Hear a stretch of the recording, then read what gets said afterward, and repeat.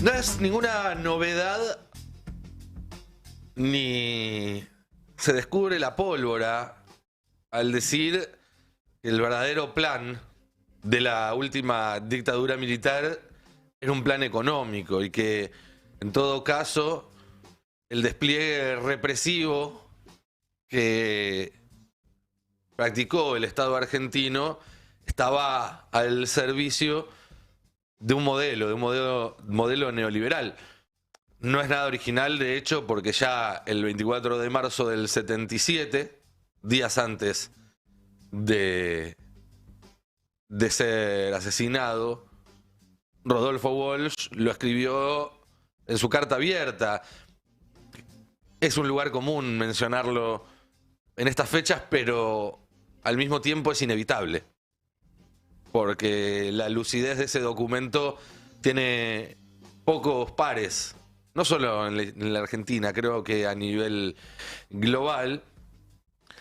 Y él dice allí, en ese documento, que en la política económica de ese gobierno debe buscarse no solo la explicación de sus crímenes, sino una atrocidad mayor que castiga a millones de seres humanos con la miseria planificada. Y agrega, en un año la dictadura ha reducido el salario real de los trabajadores un 40%, disminuyó su participación en el ingreso nacional al 30%, elevó de 6 a 18 las horas de jornada que necesita un obrero para pagar la canasta familiar.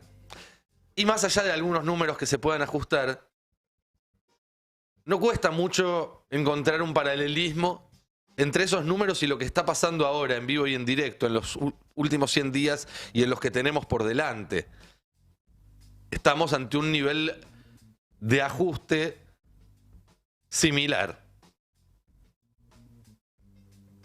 Sin embargo, lo más gravoso de la última dictadura no fue ese ajuste en sí, sino el hecho de que sentó las condiciones para que nunca pudiera revertirse.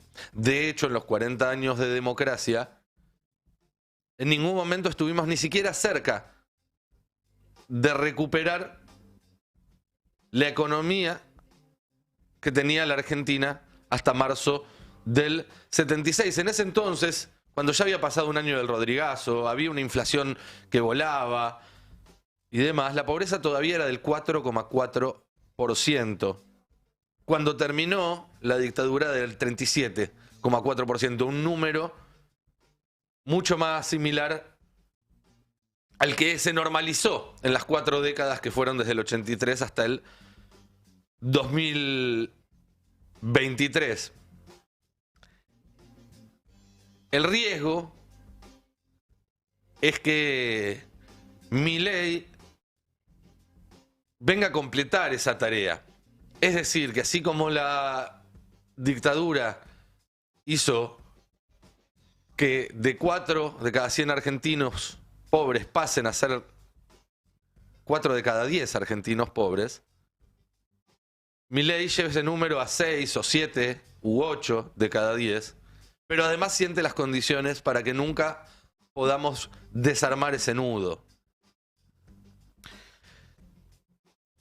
Por decirlo de otra manera, entre el 45 y el 73, a pesar de que la mayor parte de ese tiempo se vivió bajo gobiernos no democráticos, ya sea dictaduras o gobiernos constitucionales con prescripciones, se construyó un país donde la enorme mayoría de las personas eran de clase media. Argentina fue, en esas décadas, un país de clase media. Y fue, entre el 83 y el 2023, en los últimos 40 años, un país con clase media. Ya no de clase media, sino con clase media. El riesgo que corremos ahora es que Milei, y digo Milei, y digo Villarroel, y digo Macri, y digo sus sponsors, nos lleven a ser un país sin clase media, como el resto de América Latina. Como pasa en México, como pasa en Chile, países que tienen números macroeconómicos exitosos, pero que ese éxito solamente le llega a un 10% o menos de la población y el resto vive en un estado de subsistencia. Ese es el riesgo más urgente. Y eso es lo que tenemos que evitar a toda costa, esos cambios irreversibles en la estructura, en la matriz económica del país, como el que se dio entre el 76 y el 83. El otro día hablábamos acá con Abel Furlan y nos daba un dato tremendo. En diciembre de 2015 el salario de entrada de un trabajador siderúrgico estaba arriba de los $2.000. En diciembre del año pasado, a duras penas, arrancaba o rascaba los 500. Y ahora estamos en 300. Si Milei logra congelar esa foto, eso significa el proceso de concentración de capital más grande de la historia. Porque esos 1.300 o 1.500 o 1.600 dólares que cada mes dejan de llegar al bolsillo de un trabajador, engrosan las cuentas, las cajas de seguridad, las pilas de dinero del capital. No se fuma esa plata. Volvamos, para que quede claro. Hace 8 años un trabajador siderúrgico ganaba más de $2.000. Hoy gana 300. Esos 1.700 dólares que cada mes dejan de estar en el bolsillo de un trabajador pasan a estar en el bolsillo del empleador, del patrón, de la corporación. No se esfuman. Y el riesgo más importante que corremos con este gobierno es justamente que eso se vuelva permanente, como se volvió permanente después de la dictadura, vivir en un país donde el 40% de la población es pobre. Bajó ese número, sí, bajó, con Cristina llegó a estar en 25, 26, 27, pero en el 76 era de menos del 5%. Insisto, pasamos de ser un país de clase media a ser un país con clase media y ahora nos dirigimos a ser un país sin esa clase media. Está claro que para producir ese proceso de transformación no alcanza, aunque ayuda, contar con la complicidad de los medios de comunicación hegemónicos, del gran empresariado, de la iglesia, o por lo menos de un sector de la iglesia, de un sector de la política. Por eso es que se implementó, a partir de 1976, el plan represivo, que no era, como te quieren hacer creer hoy, un plan de lucha contra el terrorismo, sino, y esto no lo digo yo, está en los documentos de la época, en los discursos de Videla, de Macera, era un plan contra la subversión. Y la subversión era entendida como algo muchísimo más amplio que lo que hoy se considera terrorismo. Después hay otra discusión. Les recomiendo que vean la entrevista que hicimos ayer con Pablo Borda, acá en el Destape, donde él, historiador y entiende muchísimo del tema, lo explica mucho mejor. Pero no es lo mismo tampoco la lucha armada que el terrorismo. Las organizaciones armadas en la Argentina, de izquierda, no tenían como blanco a la población civil, cosa que sí hacían los grupos paramilitares de derecha y luego hizo la dictadura. Pero insisto, la dictadura no fue solamente contra los miembros de la lucha armada, que para marzo del 76 según todos los cálculos, ya eran menos de 2.000 en todo el país, porque ya había pasado la parte más dura del operativo Independencia en Tucumán, porque la AAA ya se había encargado también de hacer lo suyo, sino contra la subversión. Y la subversión era algo, como decíamos, mucho más amplio. La subversión era el profesor que enseñaba ideas contrarias al ideario que quería imponer ese gobierno. La subversión eran los artistas. La subversión eran los trabajadores que se organizaban en sus fábricas. La subversión eran los militantes que iban a hacer tareas sociales en las villas. Gente que nunca vio un arma ni de cerca y que terminó engrosando esa lista que en estos días vemos nuevamente a muchos cuestionar el número. Una discusión que a esta altura del partido no tiene ningún sentido, pero recordemos simplemente que Walsh, en su carta, en marzo del 77, ya hablaba de más de 10.000 víctimas de la represión ilegal, y que el propio Departamento de Estado de los Estados Unidos, ya en el año 79, hablaba de más de 20.000.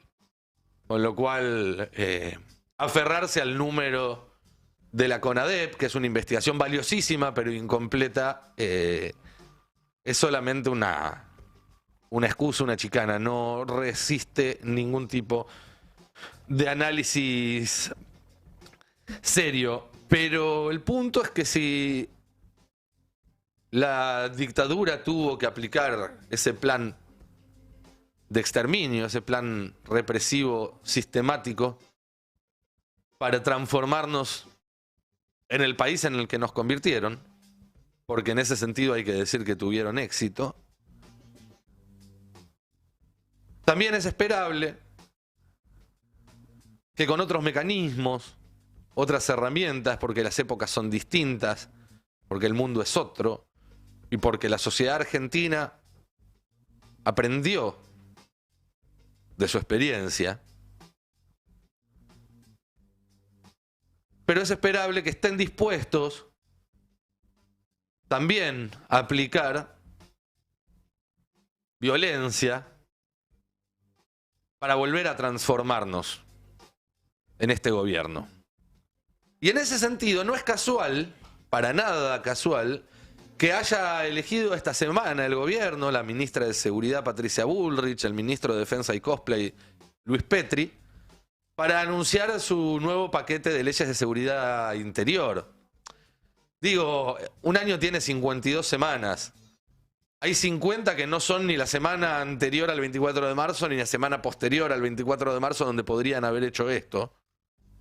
Y sin embargo eligieron hacerlo en las vísperas de un nuevo aniversario del golpe de Estado. Eso es lisa y llanamente un mensaje mafioso. Eso es lisa y llanamente un mensaje mafioso. Entre los anuncios de Bullrich, obviamente que llama la atención sobre todo la idea de disponer de las Fuerzas Armadas para hacer tareas de seguridad interior. Idea desastrosa no solamente por el antecedente argentino de la dictadura, sino, y lo hemos repetido hasta el hartazgo en este espacio, por los antecedentes en la lucha contra el narcotráfico de México, de Colombia, donde la actuación del ejército no hizo más que transformar un problema en un infierno. Las Fuerzas Armadas, según dijo Petri, y de acuerdo a este proyecto, que tiene que pasar por el Congreso, porque lo anunciaron como si fuera algo ya decidido. No, no señores. Las Fuerzas Armadas estarían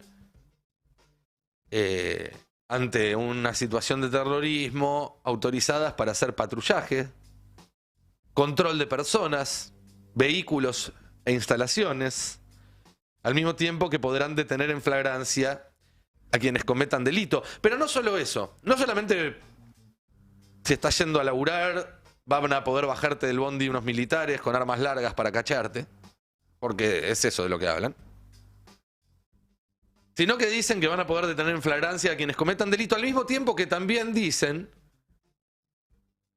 que todo hecho que cometan en cumplimiento de deber no va a poder ser penado. Es decir, te van a poder dar la voz de alto. Y si vos no la respondes, te van a poder disparar por la espalda. No van a ser penados por ese disparo. Y ni siquiera tu familia va a poder hacerle un juicio al Estado. Porque eso también lo dijeron. Y no hace falta recordar que uno de los instrumentos que se utilizaba durante la última dictadura eran los falsos fusilamientos o las falsas huidas que se montaban para esconder fusilamientos. Bueno, esta ley va a darle respaldo legal para que vuelvan a hacerlo. Pero además se va a insistir en esta idea que estaba en la ley ómnibus de penar cualquier tipo de reunión o manifestación que impida o estorbe la circulación o que cause lesiones a personas o daños a la propiedad. Hay que decir que las lesiones a las personas y los daños a la propiedad ya son un tipo penal en sí mismo, no necesitas agregar esto. Pero también que van a mandar una ley antimafias por la cual, y voy a leer textual lo que dijo Bullrich, aquellos que cometen distintos tipos de delitos encadenados para el objetivo que tiene una organización criminal, van a tener una pena que ya no será la pena individual, sino la pena por pertenecer a esa organización mafiosa. Obviamente ellos lo plantean como algo para luchar contra el narcotráfico, pero una vez que está el tipo penal instalado en la ley, corre para todos. Y es cuestión de tiempo de que señalen como organización terrorista a una organización política, por ejemplo, y empiecen a perseguir a todos los miembros de esa organización política, presentes y pasados, por algún delito que pueda haber cometido uno de sus miembros o que pueden haber simulado que cometiera uno de sus miembros. Recordemos que una de las especialidades de Patricia Bullrich en su primera gestión como ministra de Seguridad, 2015-2019, era mandar infiltrados a las manifestaciones. Bueno, imagínate esto. 24 de marzo de 2025. Vas a la marcha. Aparece alguien dentro de una columna, que puede ser de una organización política, de un sindicato, de un centro de estudiantes. Tira una bomba molotov, causando daño en la propiedad o heridas o algo peor a una persona. Alguien que puede haber sido desde un manifestante actuando por la suya, siempre hay desubicados, o un infiltrado haciéndose pasar por manifestante para dar esa excusa. Bueno, imagínate que unos días más tarde vos estás yendo en trabajo al colectivo y a ese colectivo lo cruza una tanqueta y unos milicos de fajina y con armas largas te hacen bajar a vos y al resto. Y te notifican que, bueno, como vos formás parte de ese sindicato, de ese centro de estudiantes, de esa organización política, o formaste parte en el pasado, o publicaste algo en las redes en apoyo, sos considerado parte de esa organización terrorista y se te va a juzgar con estas leyes. No es muy distinto de lo que hacía la dictadura. Insisto, en los 70 no se hablaba de terrorismo, se hablaba de subversión y la subversión era un concepto mucho más amplio. ¿Cuánto puede tardar en que vuelvan a establecer la misma maniobra? El otro día escuchamos a Victoria Villarruel en una entrevista muy interesante Decir que estaba en contra de que intervenga el ejército en seguridad interior porque en los 70 los mandaron a combatir al terrorismo y terminaron presos. Y Bullrich le contestó, no terminaron presos por combatir al terrorismo, terminaron presos por haber cometido delitos de lesa humanidad. Es decir, saben perfectamente de lo que están hablando. Digo, porque Villarroel hasta dijo, bueno, habría que modificar las normas si se quisiera hacer esto. ¿Qué vas a hacer una ley que diga que vale secuestrar bebés? ¿Que vale violar mujeres? ¿Que vale picanear? ¿Por qué es eso lo que sucedió la última vez que pusieron a los milicos a hacer seguridad interior? Y seguramente es eso lo que vuelva a pasar si se les vuelve a dar esa oportunidad. El gobierno va a sacar mañana este video con su propia versión de los hechos. Pero más allá de que existen hechos e interpretaciones, también existen planteos fantásticos que solamente sirven para justificar ideas y acciones injustificables.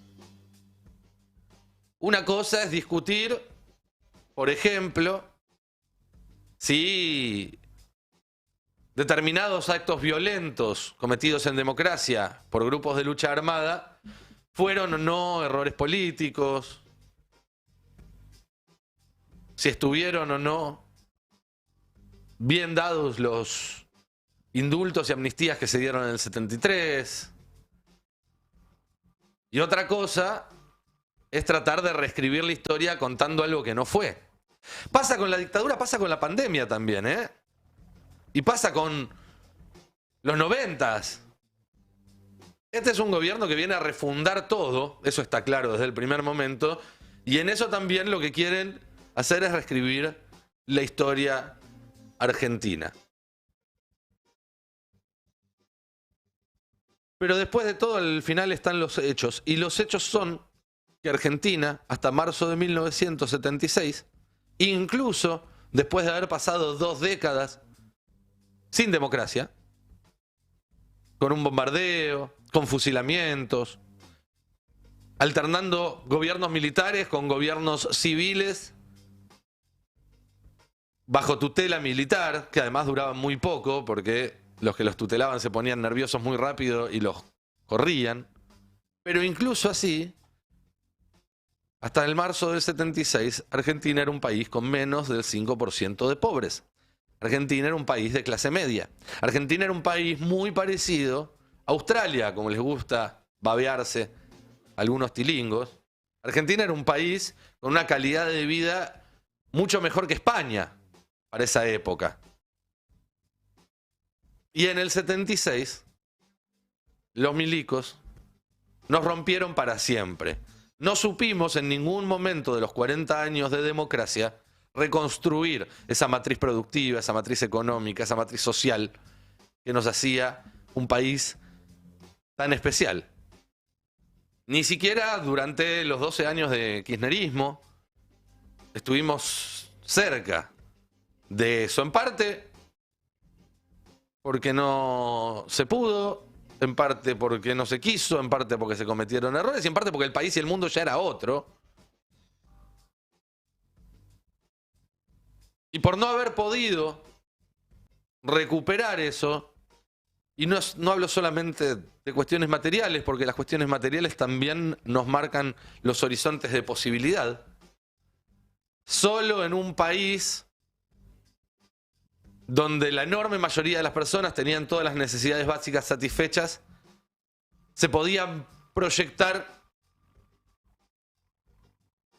algunas cuestiones que en los 40 últimos años fueron dejados de camino. Y porque en los últimos 40 años esas cuestiones se dejaron de camino, y porque en los últimos 40 años no se pudo arreglar lo que rompió la dictadura, es que esa democracia terminó engendrando el monstruo que nos gobierna ahora. Ese monstruo nacido de las entrañas de la insatisfacción material, pero no solo material, con los 40 años de democracia. Para redondear entonces, Argentina, que después del 45 se había constituido como un país de clase media, un país que se salía de los gráficos de la región y que se emparentaba más, insisto, con la trayectoria económica de países industrializados como Italia, como Australia. En un país donde entre 1/4 y 4 de cada 10 argentinos quedaron estructuralmente debajo de la línea de la pobreza, y eso nunca se pudo reconstruir ni recuperar en los 40 años de democracia.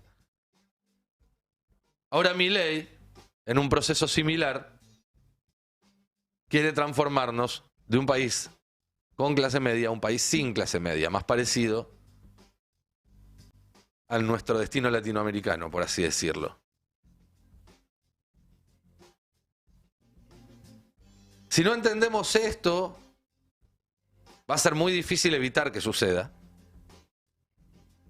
Pero también va a ser imposible que cuando este experimento horrible se termine, porque se va a terminar, más pronto que tarde,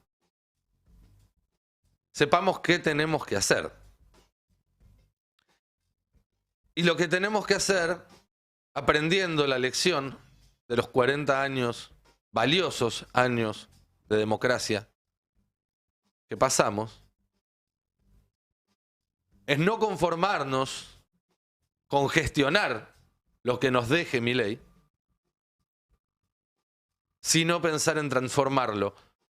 No desde un punto de vista refundacional, porque esa es una trampa en la que muchas veces caemos. Pensar que el país cada 5, 10, 15 años tiene que volver a arrancar de cero.